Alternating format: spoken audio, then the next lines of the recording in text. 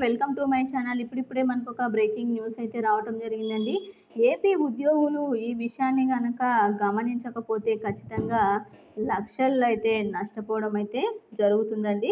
పూర్తి వివరాలు వీడియోలో తెలుసుకుందాం. వీడియో నచ్చినట్లయితే తప్పకుండా లైక్ చేయండి, షేర్ చేయండి. కొత్తగా మన ఛానల్ని చూస్తున్నట్లయితే సబ్స్క్రైబ్ చేసుకోండి. ఇక వీడియోలోకి అయితే వెళ్ళిపోదాం. ఇక గమనించినట్లయితే పిఆర్సీ జీవోను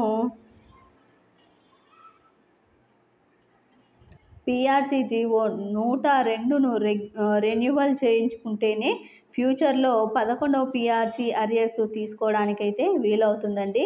లేకపోతే భారీగా అయితే నష్టపోతారు. ముఖ్యంగా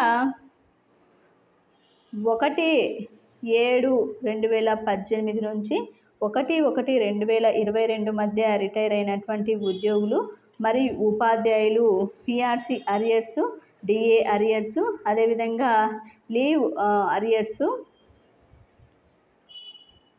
గ్రాట్యుటీ 4 లక్షలు, ప్రభుత్వం ఐఆర్ ప్రకటిస్తే కనుక ఐఆర్ రావాల్సినటువంటి బకాయిలకు నష్టమైతే ఖచ్చితంగా వాటిల్లుతుందండి. గమనించాలి ఈ విషయం. కాబట్టి ఉద్యోగ సంఘాల తరపున ప్రభుత్వం అయితే ఈ విషయాన్ని ప్రభుత్వం దృష్టికి అయితే తీసుకువెళ్ళాలండి ఖచ్చితంగా.